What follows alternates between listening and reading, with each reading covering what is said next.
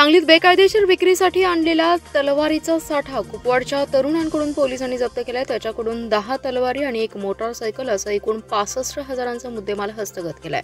सांगली शहर पोलीस ठाण्याच्या गुन्हे प्रकटीकरण शाखेने सदरची कारवाई केली आहे। या प्रकरणी भगतसिंग विक्रमसिंग शीख याला अटक करण्यात आली आहे। शहर पोलीस ठाण्याच्या गुन्हे प्रकटीकरण शाखेचे एक पथक अवैध शस्त्रांवर कारवाई करण्यासाठी पेट्रोलिंग करत होते। यावेळी पथकातील कर्मचारी संतोष गळवे यांना माहिती मिळाली की एक तरुण सांगली ते आष्टा मार्गावरील कृष्णा नदी रोडवर बेकायदेशीर तलवारीचा साठा विक्री करण्यासाठी येणार आहे। मिळालेल्या माहितीप्रमाणे पथकातील कर्मचाऱ्यांनी त्या ठिकाणी तातडीने सापळा लावला। संशयित भगतसिंग शीख हा तिथे फिरताना दिसला। यावेळी त्याला ताब्यात घेऊन तपासणी केली असता त्याच्याजवळ असलेल्या मोटरसायकलच्या कॅरेजला असलेल्या पोत्यात 10 तलवारी मिळाल्या।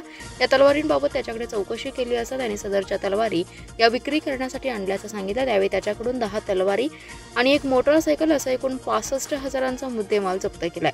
दरम्यान सदरच्या तलवारी या शीख याने कोठून आणल्या आहेत तसेच अशा प्रकारे आणखी किती विक्री केल्या आहेत याची चौकशी सुरू असल्याचं पोलिसांनी सांगितलंय।